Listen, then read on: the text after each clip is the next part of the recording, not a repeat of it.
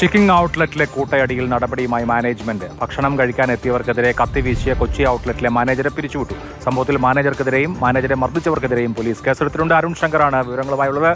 അരുൺ ശങ്കർ, ചിക്കിങ്ങിന് തന്നെ വലിയ നാണക്കേടുണ്ടാക്കിയ സംഭവമായിരുന്നു. ചിക്കൻ കുറഞ്ഞുപോയി എന്ന് പരാതിപ്പെട്ടവർക്ക് നേരെ ആ കത്തിയുമായി പാഞ്ഞെടുക്കുന്ന മാനേജർ ഇപ്പോൾ വലിയ നടപടിയെടുത്തിരിക്കുന്നു എന്ന് കേൾക്കുന്നു. എന്താണ് വിശദാംശങ്ങൾ?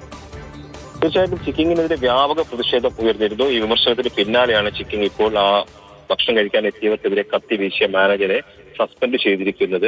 ഈ ഭാവിയിലും ഇത്തരത്തിലുള്ള സംഭവങ്ങൾ ആവർത്തിക്കാതിരിക്കാനുള്ള നടപടികൾ സ്വീകരിക്കും എന്നുള്ളതാണ് പ്രസ്താവനയിലൂടെ ചിക്കിങ് അറിയിച്ചിരിക്കുന്നത്. കഴിഞ്ഞ ദിവസമാണ് ചിക്കിങ്ങിൽ ഭക്ഷണം കഴിക്കാൻ എത്തിയവർ സാൻഡ്വിച്ചിൽ ചിക്കൻ കുറഞ്ഞു പോയത് ചോദ്യം ചെയ്തപ്പോൾ അത് പിന്നീട് വാക്കുതർക്കവും അവസാനം അത് കയ്യാങ്കളിയിലും ആയത്.